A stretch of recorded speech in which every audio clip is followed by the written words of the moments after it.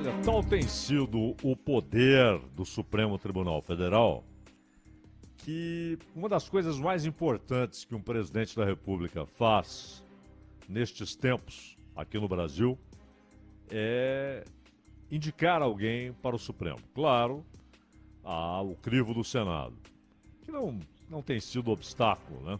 Há audiências mais tensas, mais longas. Lembra do Toffoli? Toffoli passou o dia, né, ali sendo sabatinado, indagado. E outros, um passeio, né, um converscote e tal, mas no final das contas dizem sim. Essa é uma indicação muito importante pelo poder, repito, que o Supremo tem hoje, que vai muito além do seu papel constitucional e institucional, de aquele que diz qual a resposta da Constituição às indagações jurídicas que são feitas. O que é e o que não é, de acordo com a Constituição, o que é constitucional, o que não é.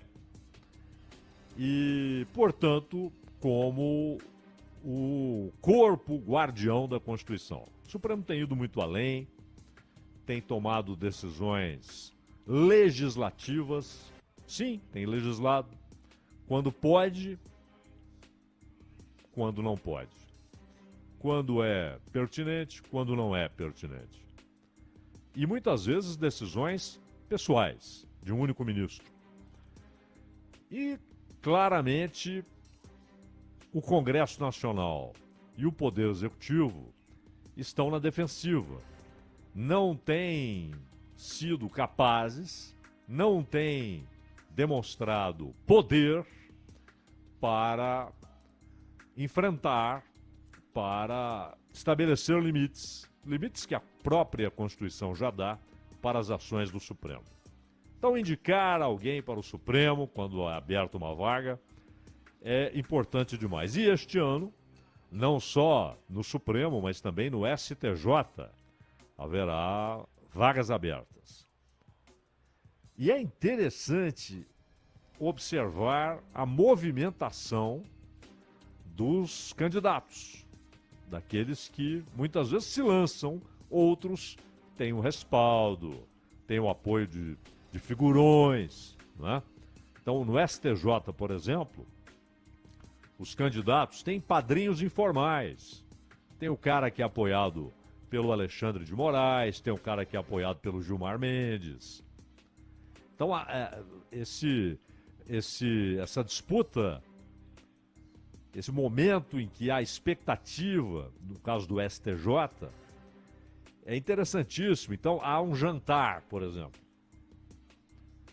Há um jantar ou o lançamento de um livro da área jurídica. Então, está lá o autor, geralmente um sujeito de nome, não é? Sabe que vai ser visitado ali na noite de autógrafos por gente importante do mundo jurídico, às vezes até por ministro do Supremo. Outro dia, por exemplo, teve um lançamento em que havia 4 ministros do Supremo prestigiando a noite de autógrafos. Um pouco depois houve um jantar em São Paulo, também ali, um jantar para algumas figuras do mundo jurídico.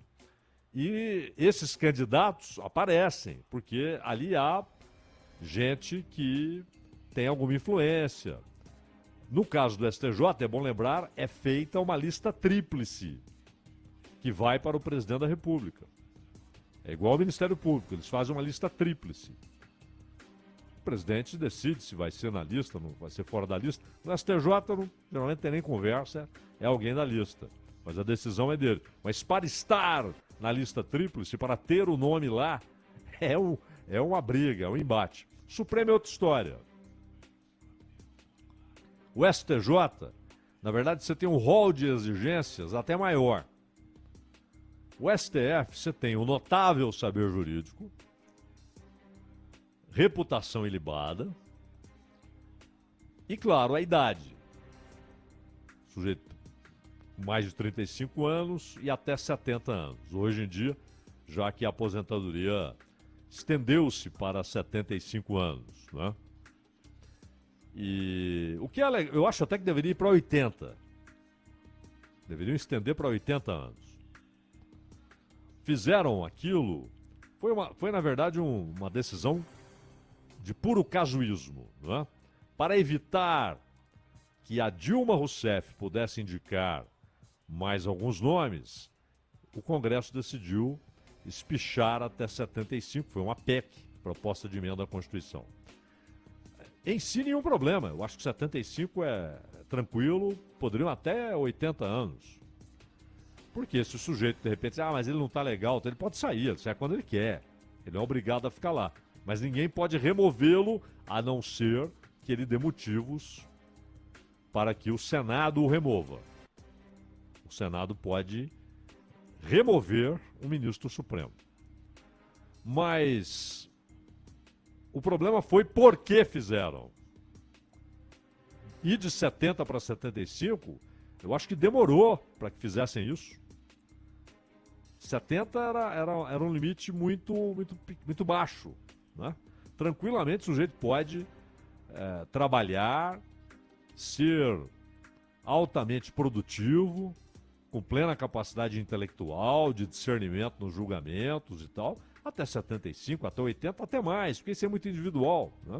Mas se no Brasil, ao contrário dos Estados Unidos, onde é vitalício, o sujeito entra e fica o resto da vida, a não ser que ele queira sair, é óbvio, ou que seus pares notem que ele não tem mais condição de permanecer ali, né? Que ele perdeu determinadas faculdades essenciais para ser um juiz. Mas, normalmente, o sujeito fica até o fim da vida ou se aposenta, porque está cansado e tal. No Brasil, não.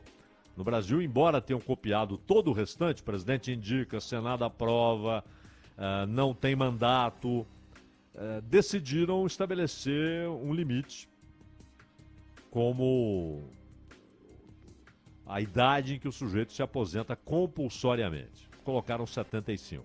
Mas poderiam ir até 80 e tal. Há um projeto aí para que haja um mandato. E a gente entende a boa intenção, não é? É fazer com que o sujeito, ele tenha ali um período, 8 anos, como está no atual projeto. Mandato de 8 anos, depois cai fora.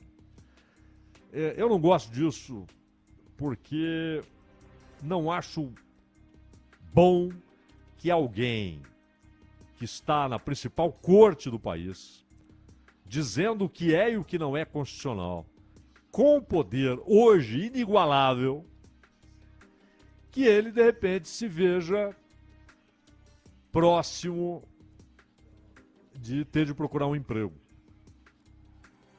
Não é? Então, não é bom. Não é bom que ele tenha de agradar ou ser agradado. Que ele tenha de procurar oportunidades no mercado. Não é bom. Não é o ideal. E você não vai pôr um cara lá com 35 anos e aos 43 ele sai aposentado, com aposentadoria plena. Não seria justo. Não seria justo. Então, para mim, o ideal é que ele tenha um mandato até determinada idade, não é? E acho até que 75 ainda é pouco. Mas essa importância toda, esse poder todo, atrai candidatos e mais candidatos. No ano passado, já começaram a dizer, porque este ano, no Supremo serão 2. E há também o STJ, como dissemos aqui. O STJ está uma briga tremenda. Muitos candidatos.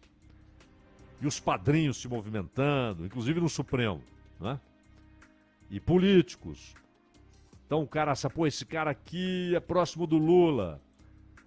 O outro, aí o Lula fala, quero ouvir a opinião do Gilmar, quero ouvir a opinião do Alexandre de Moraes. E às vezes até é desagradável, porque você sabe que um dos dois não vai emplacar seu candidato. Tem essas coisas. O jogo é muito mais mesquinho do que está determinado pela lei, não é? Ele é mesquinho, é cheio dessas coisas, aquele ambiente da oligarquia em Brasília. E ali começam as brigas, as redes de intrigas, influências para emplacar alguém. Mas no Supremo reduz-se consideravelmente, né? E quando se fala em notável saber jurídico, isso não pode ser tomado apenas como o cara é formado em direito, ele é do Ministério Público, e ele tem mestrado, doutorado e vários cursos em direito constitucional. Não, não é suficiente. É possível ter alguns crivos mais rigorosos, não é? Alguns filtros mais estreitos. Contribuições teóricas, publicações. Isso deveria ser decisivo, mas não é. Também há um jogo político e o notável você fala, não, o cara tem aqui conhecimento jurídico e tal. E reputação ilibada, aí espera-se não haja subjetividade nas avaliações, né? Ilibada é ilibada, não existe meio ilibada. Pois bem, então começaram as especulações, porque este ano saem primeiro Lewandowski, depois Rosa Weber. Lewandowski daqui a pouco. E falavam muito no Cristiano Zanin. Advogado do Lula. Eu acho uma péssima ideia. Primeiro porque há uma proximidade muito grande e, inevitavelmente, muitas e muitas questões serão de interesse, se não pessoalmente do Lula, mas do governo. O Supremo tomou nos últimos tempos várias decisões no campo econômico, tributário, que interessam diretamente ao governo. Então, não seria interessante ter alguém tão próximo e mais, que em muitas questões, aí pessoais, né, se isso houver, teria de se dizer impedido de votar.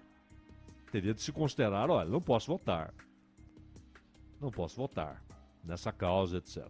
Muitas vezes isso é jogado pela janela, como fez o Toffoli lá com o caso do Sérgio Cabral, né? O Sérgio Cabral, no depoimento dele à polícia, fez uma acusação contra o Toffoli. E a delação foi para o Supremo, não por isso, mas foi. E o Toffoli falou, não, é um voto técnico, por isso eu não me sinto impedido de votar, né? E todos eles desqualificaram aquele calhamaço de palavras ali do Sérgio Cabral à polícia na sua tentativa de colaboração premiada, que ele não conseguiu. Mas depois, por outros caminhos, ficou livre. E o Zanin, mas muita gente dava como certo, talvez até como um ato de agradecimento do Lula a todo o esforço do Zanin durante a Lava Jato, etc.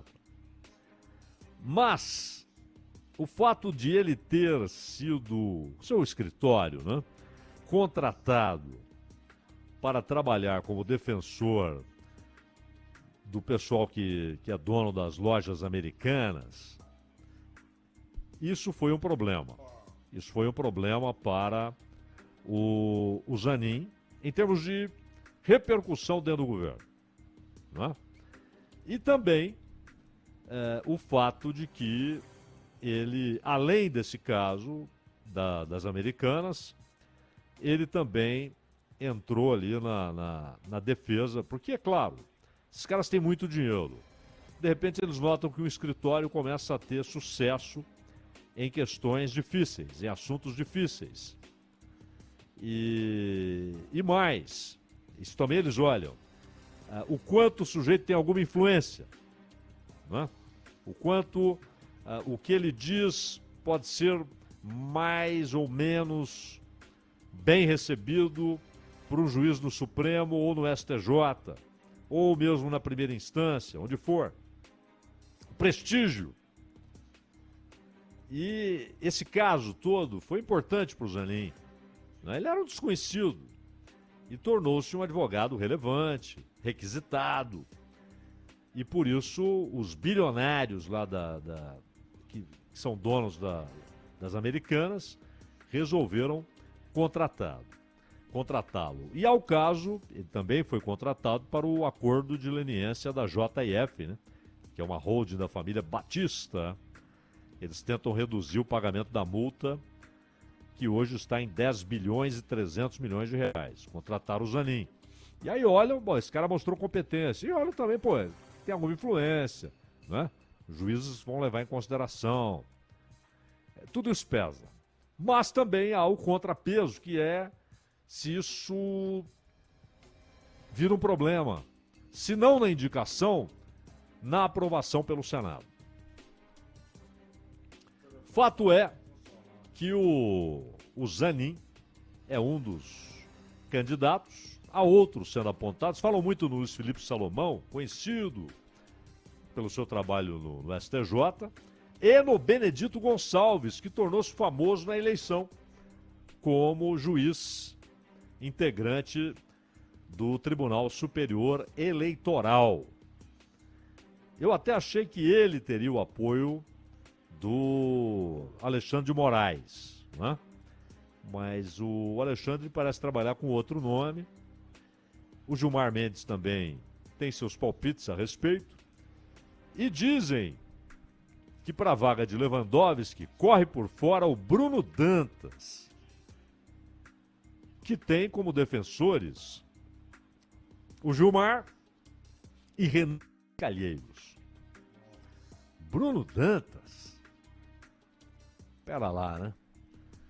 Agora, enquanto isso, a importância do Supremo, só para citar um exemplo agora, é um caso difícil, estranho, já contestações interessantes, bem argumentadas, né, contra essa decisão do Supremo, que declarou constitucional a apreensão de passaporte e de carteira de motorista, CNH, de devedores. E foi uma lavada, foi 10-1. Quem votou contra o parecer do relator, o relator foi o Fux, Luiz Fux. Quem votou contra foi o Fachin. E o argumento do Fachin é muito interessante. O Fachin falou, olha, com exceção de pensão alimentícia, isso não pode ser tratado dessa maneira. Senão, daqui a pouco, o sujeito deve ao banco, falávamos há pouco disso aqui, e o juiz pode decidir recolher a carteira de motorista do cara. Aí os próprios ministros argumentam não, de jeito nenhum, porque é preciso ter criatividade nas decisões, mas é preciso ter razoabilidade. Meus amigos, uma situação como essa não pode ficar pendurada na razoabilidade que um juiz pode ter ou não ter. Vamos voltar ao século XIX, em que o devedor é atirado atrás das grades, né? E aí até impedido de buscar recursos para pagar a dívida.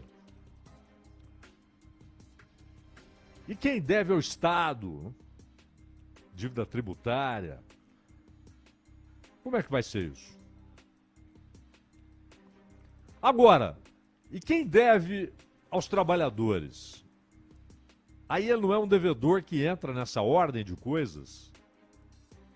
O sujeito não paga os salários, ou coloca a dívida trabalhista contra a lei, coloca como secundária, terciária, priorizando pagamentos aos bancos ou aos fornecedores. E deixando, como há casos aí de trabalhadores que estão há décadas esperando para receber. Aí não entra. Mas o indivíduo, ou o pequeno empresário, o microempresário, está tendo uma dívida. E aí você permite recolher o passaporte, pode ter algum efeito importante, relevante para um ou outro que depende de viagens internacionais para trabalhar, para ganhar dinheiro, né? Agora, no caso da CNH, é preciso sempre levar em conta não a razoabilidade eventual de um magistrado, mas principalmente a Constituição.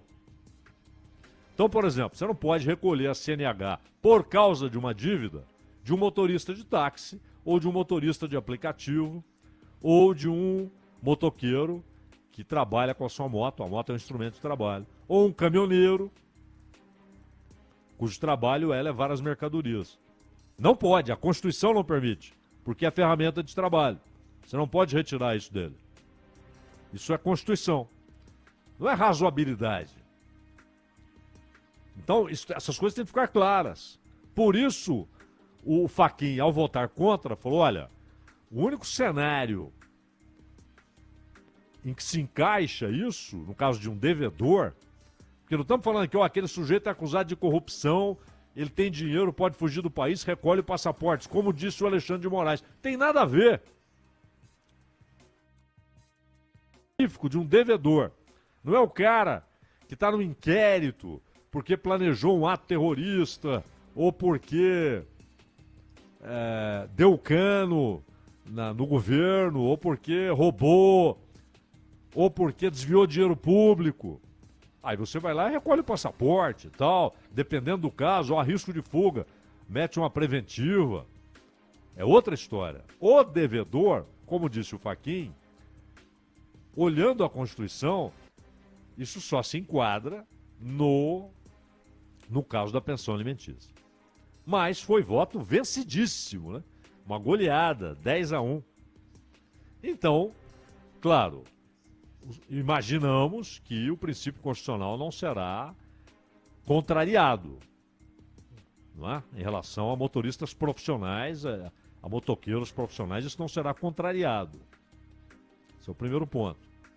E o segundo ponto, que isso prevalecerá sempre, a Constituição, mas cuidado, porque quanto àquele que não trabalha com o carro, etc., às vezes o carro indiretamente é fundamental para um deslocamento para trabalhar, ainda que não seja o instrumento de trabalho, não é um taxista e tal, mas o carro é fundamental. Mas além disso,